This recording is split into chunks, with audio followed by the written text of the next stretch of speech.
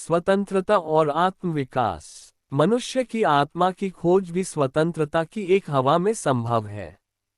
मनुष्य की आत्मा की स्वीकृति भी, जिसे आप समाजवाद कहते हैं, वह नहीं देता है। समाजवाद मौलिक रूप से भौतिकवादी जीवन व्यवस्था है। समाज की मौलिक धारणाओं में एक यह भी है कि मनुष्य पदार्थ से ज्यादा नहीं है।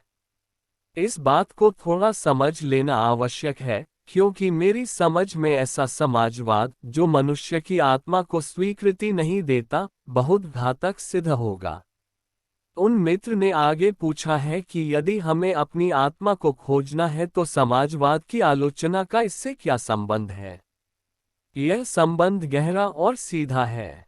समाजवाद मनुष्य जाति के इतिहास में आत्मा के विरोध में खड़ा हुआ सबसे बड़ा विचार है। दुनिया में नास्तिकता कभी भी सफल नहीं हो पाएगी और दुनिया में कोई नास्तिक समाज, कोई नास्तिक संगठन, कोई नास्तिक देश चरम आत्मिक संभावनाओं को प्राप्त नहीं कर सका। इसका कारण यह है कि नास्तिकों ने सीधे ही आत्मा और परमात्मा पर हमला बोल दिया। वे हार गए, जीत नहीं सके, लेकिन साम्यवाद ने पीछे के रास्ते से हमला बोला है और साम्यवाद ने पहली बार जमीन पर एक नास्तिक देश और एक नास्तिक समाज को पैदा कर दिया है। चारवाक नहीं जीता, एपिकुरस नहीं जीता। जहां दुनिया के नास्तिक हार गए वहां मार्क्स, लेनिन और एंजेल्स जीत गए। रहस्य क्या है? रहस्य यह है कि साम्यवाद पीछे के दरवाजे से नास्तिकता को लाता है। वह धर्म का सीधा विरोध नहीं करता है, वह सीधा विरोध धनपति का करता है और पीछे से वह यह कहता है कि अगर धनपति को मिटाना है तो धर्म को मिटाना जरूरी है, क्योंकि धर्म को बिना मिटाए धनपति को नहीं मिटाया जा सकता। वह यह भी कहता है कि अगर धनपति को समाप्त करना है तो अब तक की जो विचारधाराएं धनपति को खड़े होने का आधार बनती थी, उनको भी गिरा देना होगा। मार्क्स की भी मान्यता थी कि सब दृष्टिकोण वर्गीय होते हैं। अगर धनपति धर्म की बात करता है तो सिर्फ इसीलिए करता है कि धर्म उसकी सुरक्षा बन जाएगा। यह धारणा आमूल भ्रांत है। धर्म का वर्ग से कोई संबंध नहीं है, न ही दर्शनों का। उत्पादन व्यवस्थाओं से बंधा है। लेकिन मार्क्स की अतिस्थूल भौतिकवादी दृष्टि ऐसा ही देख सकती थी। इसलिए उसने पूंजीवाद को हटाने के लिए धर्म को हटाने का भी विचार दिया। उसकी दृष्टि मनुष्य के भीतर आत्मा जैसी कोई वस्तु नहीं है। इस विचार के कारण ही तो स्टालिन इतनी हत्याएं करने में सफल हुआ है, क्योंकि यदि आदमी केवल पदार्थ है तो गर्दन काटने में कोई भी नहीं कटता है। पदार्थ न मरता है न कटता है। माओ भी सुविधा से हत्या कर सकता है, क्योंकि आदमी सिर्फ पदार्थ है, वहां पीछे कोई आत्मा नहीं है। साम्यवादी पहली बार दुनिया में निस्संकोच बिना अंतःकरण की किसी पीड़ा के हत्या करने में सफल हो सके।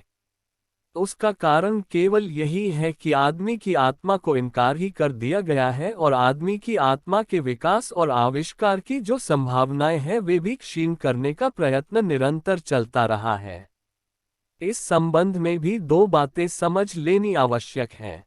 पहली बात तो यह समझ लेनी आवश्यक है कि मनुष्य के भीतर जो आत्मा है उसको भी प्रकट होने के लिए सुविधाएं और परिस्थितियां चाहिए। एक बीज के भीतर पौधा छिपा हुआ है, लेकिन अभी बीज को तोड़ देंगे तो पौधा मिलेगा नहीं।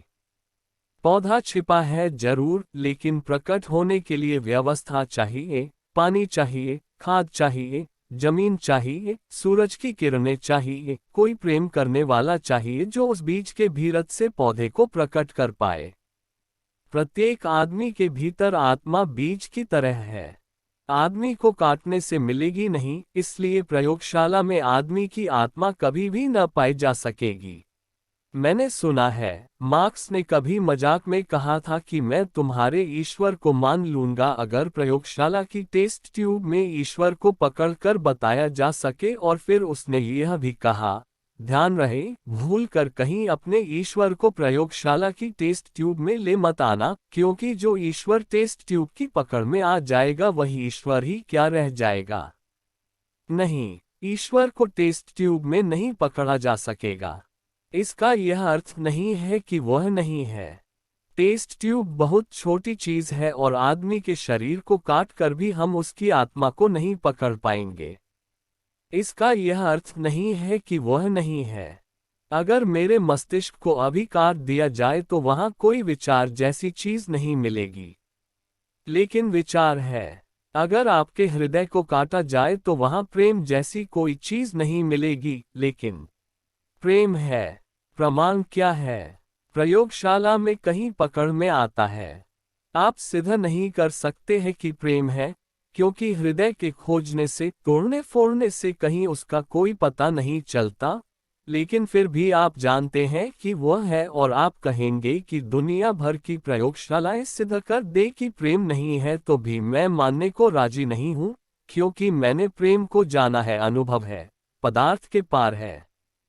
लेकिन समाजवाद का बुनियादी आधार अनात्मवाद है और एक बार किसी समाज ने यह स्वीकार कर लिया कि आत्मा नहीं है तो वह बीज बोना बंद कर देगा, क्योंकि जब बीज अंकुर है ही नहीं तो फिर बीज को बोने की जरूरत नहीं है।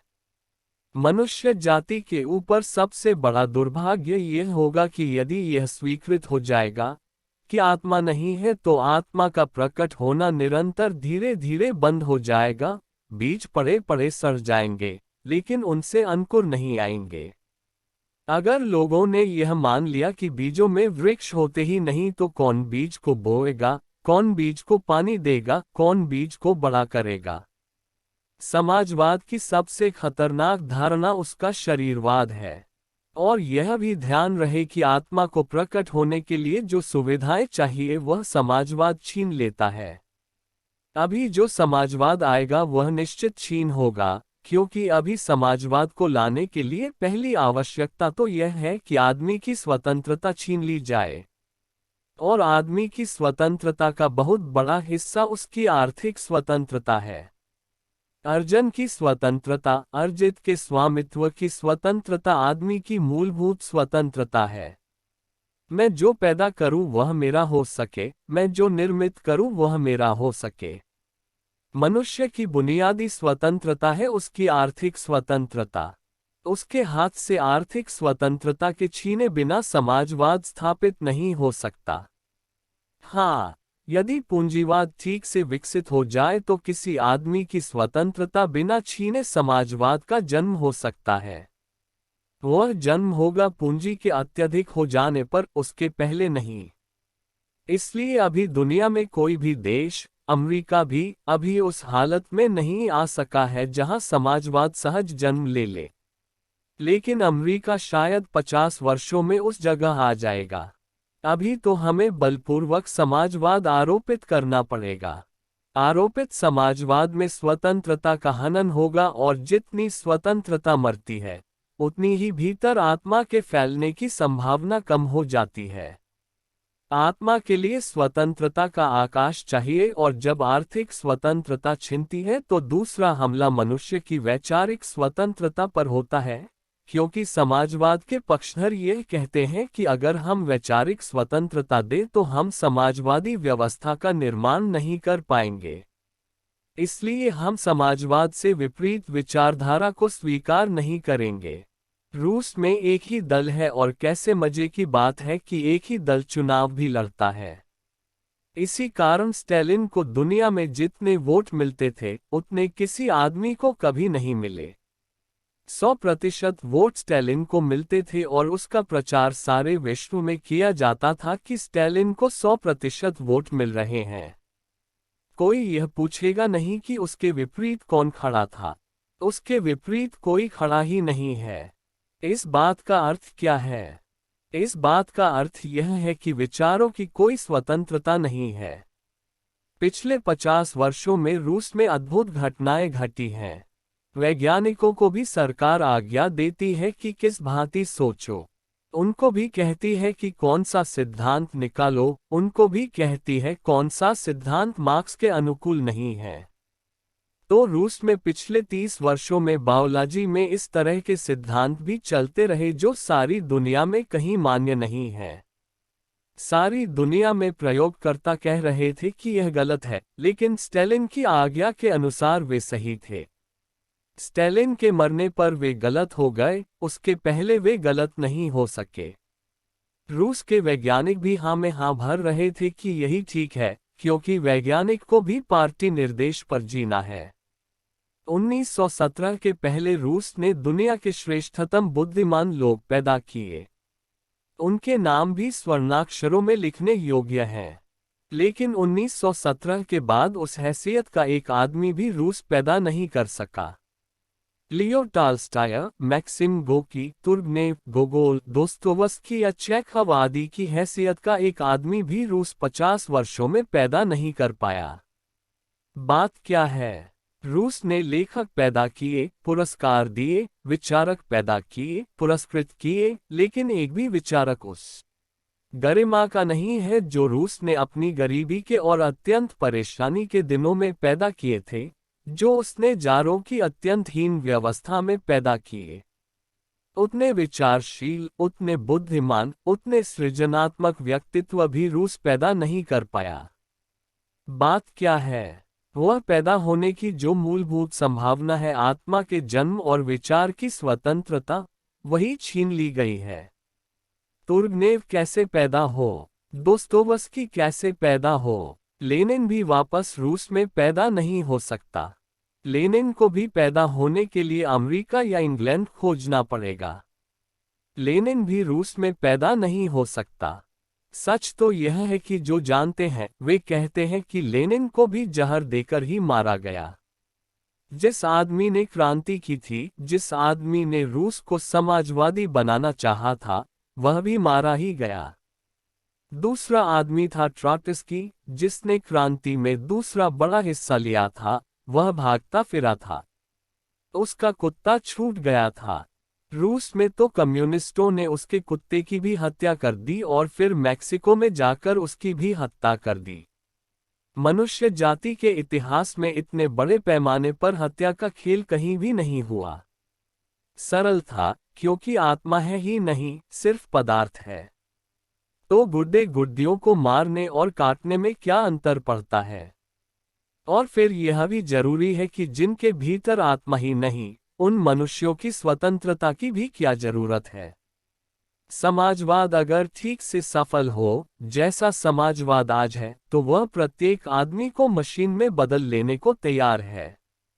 मैंने पीछे एक बात कही है, उसे पुनः इस संदर्भ में दोहराना चाहूंगा कि मनुष्य की गुलामी पूरी तरह से तभी समाप्त होगी जब मनुष्य के श्रम का स्थान हम पूरी तरह यंत्र से बदल डालेंगे। जिस दिन मनुष्य को श्रम करने की आवश्यकता ही न रह जाएगी और सारे स्वचालित यंत्र उसकी जगह काम करने लगेंगे, उस दिन ही श्रमिक सब तरह की दीनता से मुक्त हो सकेगा। एक मार्ग तो यह है जो कि पूंजीवाद के विकास से संभव हो सकता है। दूसरा मार्ग यह है कि यदि हम शीघ्रता करें और आज ही समाजवाद लाना हो तो हम आदमी को ही मशीन बना सकते हैं, जो कि रूस और चीन में किया जा रहा है। वह दूसरा विकल्प है कि आदमी को मशीन में बदल दो। उससे सोचने की क्या जरूरत है, और जिनकी समझ यह है कि आदमी सिर्फ शरीर ही है, उनका कहना भी फिर ठीक है, तर्कयुक्त है। उचित भोजन मिलना चाहिए, अच्छे कपड़े मिलने चाहिए, सुविधाजनक निवास मिलना चाहिए, लेकिन ठीक आत्मा भी मिलनी चाहिए। यह भी किसी समाजवादी नारे में सुना है। रोटी मिलनी चाहिए, कपड़ा मिलना चाहिए, मकान मिलना चाहिए, आत्मा भी मिलनी चाहिए। यह भी कोई समाजवादी नारा है? नहीं। आदमी को रोटी मिल जाए, कपड़े मिल जाएं, मकान मिल जाए, बात समाप्त हो गई। इससे ज्यादा आदमी को जरूरत क्या है? बल्कि जो लोग इस संबंध में सोचते हैं वे तो कहते हैं, सोच विचार से आदमी को परेशानी होती है। अच्छा है कि सोच विचार छीन लिया जाए तो आदमी बिल्कुल निश्चिंत पशु की भांति जी सके। खाने पीने को खूब हो, मकान हो, कपड़े हो, रहें, काम करें, सुख से जिएं। सोचने की क्या जरूरत है?